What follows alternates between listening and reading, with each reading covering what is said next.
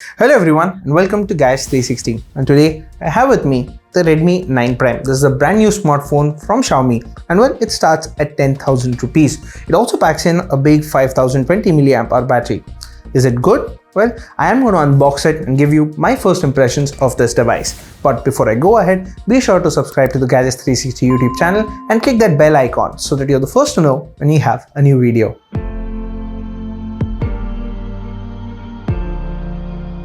So this is what the box of the Redmi 9 Prime looks like. Well, in terms of design, the box packaging is very similar to some of the other phones we have seen in the Redmi Note 9 series or the Redmi 9 series in general. So this particular packaging does reveal some specifications about the device. You get a quad camera setup, a 5020 mAh battery. Now this is something that's also present on the Redmi Note 9 and the Redmi Note 9 Pro smartphones as well.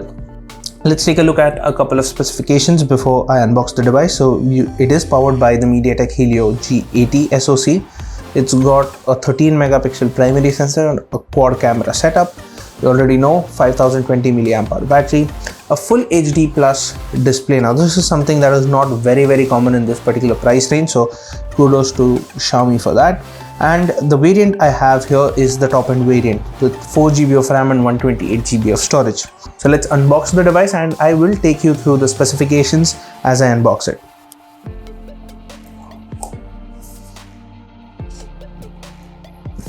So the first thing you see is definitely the SIM eject tool and a case that you get in the box.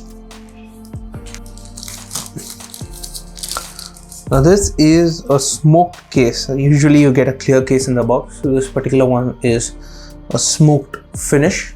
Keep that aside. Let's take a look at the smartphone. This is the Redmi 9 Prime.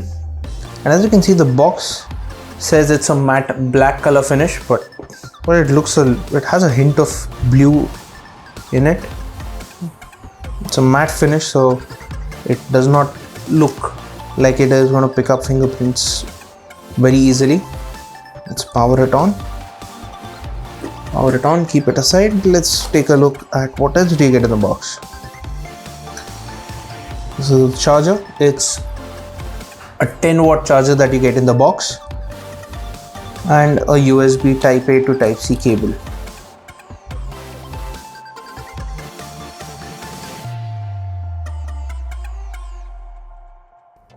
As you can see, it runs MIUI 11. Not going to put a SIM card at this point, but anyways, let's take a look at the SIM configuration that you get on this particular device. The SIM tray is on the left. Let's pop it open and take a look. As you can see, this is a dual SIM device with 3 slots. So you do have the option for storage expansion. You get a dedicated micro SD card slot. Don't want any backups.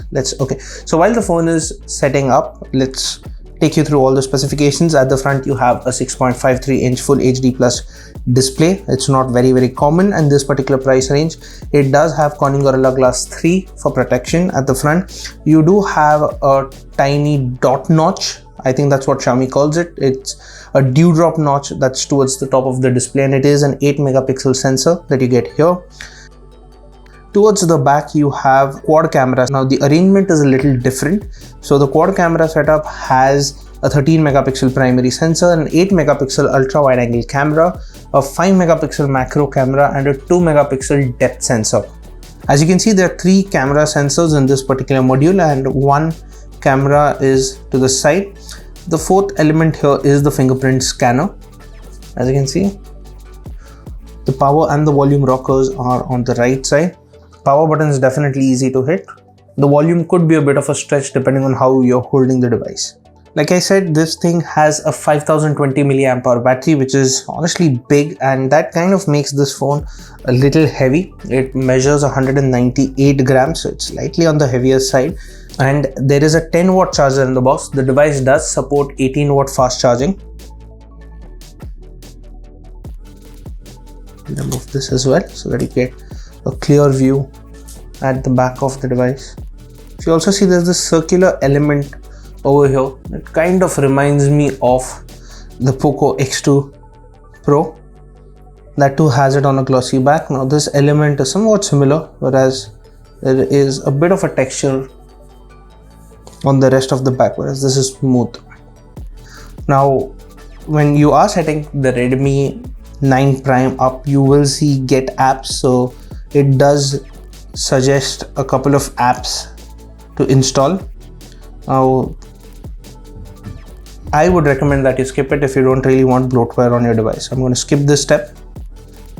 Setup complete. Let's go ahead, and we should finally be on the home screen of the Redmi 9 Prime running MIUI 11. It again shows you get apps, which is another way of installing apps without using the Google Play Store.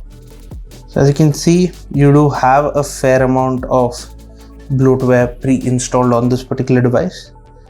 There's Rummy King, Mi Pay, Mi Store, Mi Credit, Zilly, and then you have a couple of games that come pre-installed as well.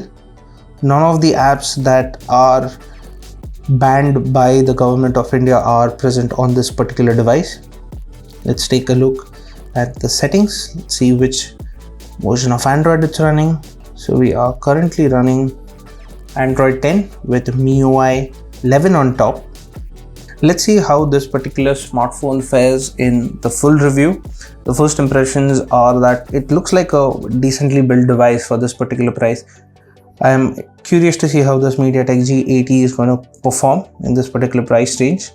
And there are two variants of this particular device. The 4GB RAM 64GB variant, which is priced at 9,999 rupees, and the higher variant with 4GB of RAM and 128GB of storage. That's the one I have here. That's priced at 11,999 rupees.